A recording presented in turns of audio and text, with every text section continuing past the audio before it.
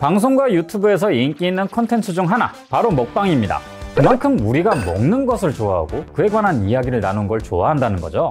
그렇다면 독립운동가들은 어떤 음식을 먹고 어떤 음식을 좋아했을까요? 우리는 독립운동가들이 어떤 일을 했는지는 알지만 이분들이 어떻게 살았는지에 대해서는 잘 모릅니다. 생각해보면 누구나 밥을 먹고 누구나 좋아하는 메뉴가 있지만 이분들이 무엇을 좋아하는지에 대해서는 잘 모른다는 거예요. 그만큼 한 인간으로서의 독립운동가에 대해서 잘 모른다는 뜻이기도 하죠. 그런 의미에서 오늘은 독립운동가들이 먹은 음식에 관한 이야기를 해보려고 합니다.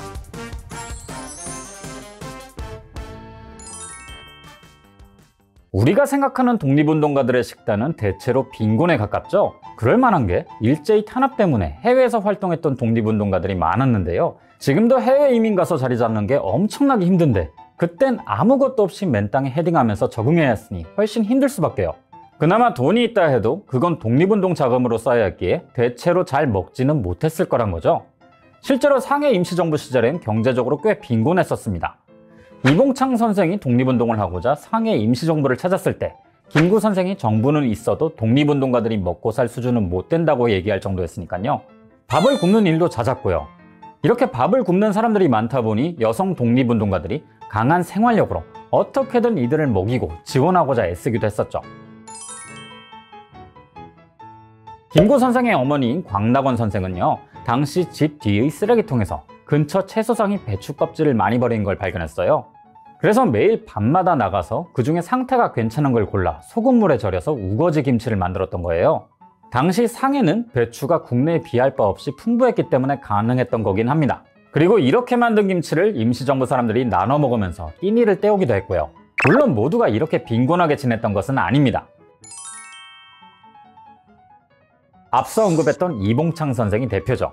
30살의 나이로 독립운동에 가담하기 전까지 일본인의 정체성으로 살아오신 분이라서요. 일본어가 원어민 수준으로 유창했고 일본 이름으로 살아왔었는데요.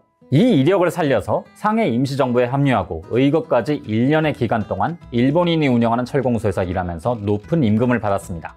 그리고 그렇게 받은 돈을 아낌없이 쓰셨죠. 술과 고기에 국수를 사들고 임시정부 사무실을 찾아서 함께 나눠 먹기도 했고요. 특히나 국수는 저렴해서 여럿이 나눠 먹기에도 좋은 음식이었습니다. 1920년대부터 임시정부의 생활을 책임졌던 정정화 선생의 기록에 따르면요. 당시 상해와 중국 지역은 돈이 없는 사람들도 국수를 사 먹을 수 있다고 할 정도였어요. 물론 이봉창 선생은 대외적으로 일본인과 동일한 임금을 받았기 때문에 국수에 그치지 않고 다양한 음식과 술을 즐길 수 있었죠. 그 덕분에 국수도 먹기 힘들었던 임시정부 사람들에게 국수뿐만 아니라 고기와 술까지 사들고 갈 여력이 있었던 거고요. 이 당시에 이봉창 선생이 정확히 무엇을 먹었는지는 따로 기록되어 있지 않습니다. 다만 당시 사람들의 기록을 살펴보면 중국 요리일 것으로 추정이 되고 있죠.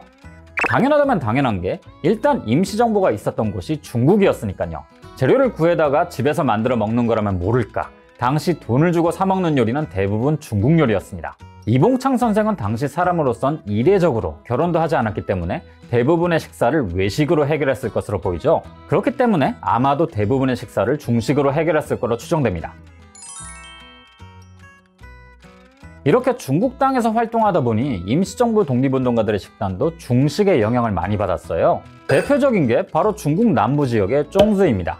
찹쌀에 양념을 넣고 대나뭇잎으로 싸서 찐 음식인데요. 김구 선생이 이 쫑즈를 먹었을 것이란 이야기가 나오는 것도 임시정부와 김구 선생의 피난길이 이 지역과 정확하게 겹치기 때문이죠. 워낙에 휴대가 편하고 먹기도 간편한 음식이라서 피난용에도 걸맞기 때문이고요. 좀 더 직접적인 영향은 임시정부 안살림과 식사를 담당했던 오건혜 선생과 그 딸인 신순호 선생의 음식에서도 확인할 수 있습니다.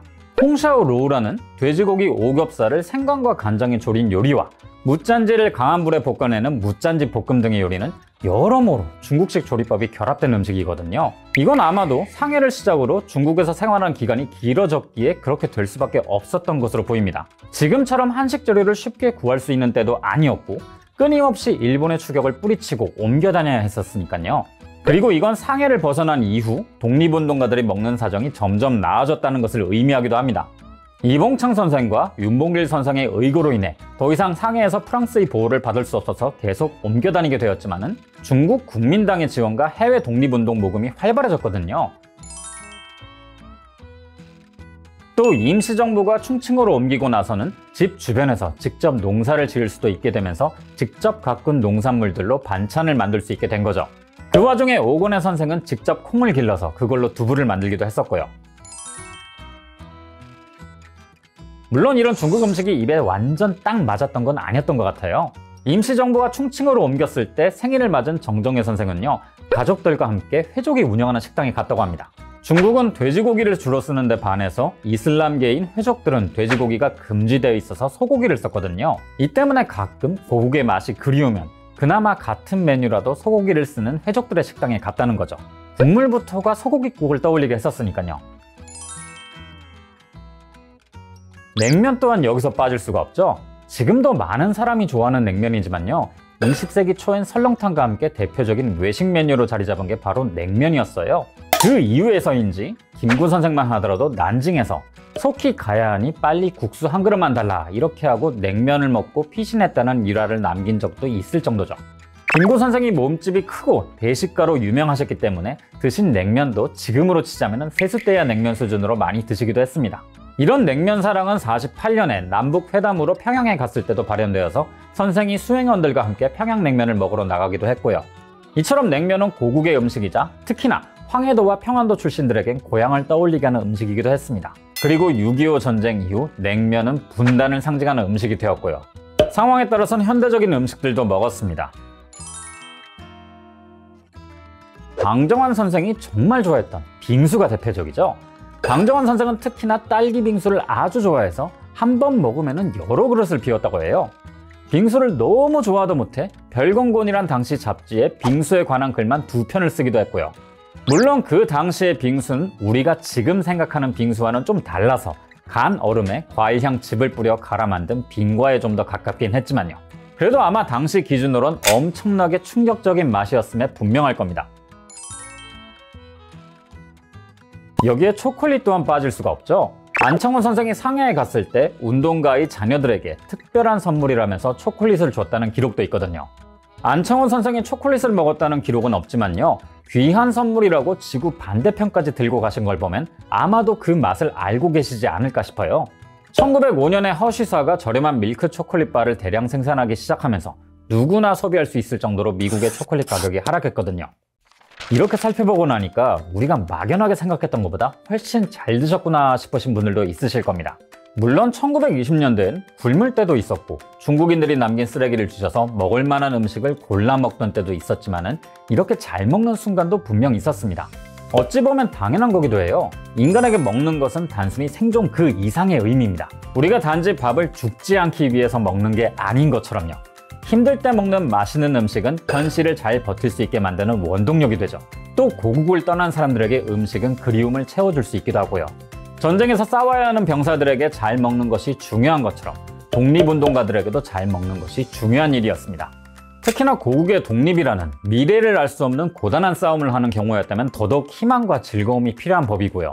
어쩌면 그것이 독립이라는 기나긴 싸움을 버텨낼 수 있었던 또 하나의 원동력이 아닌가 하는 생각이 듭니다.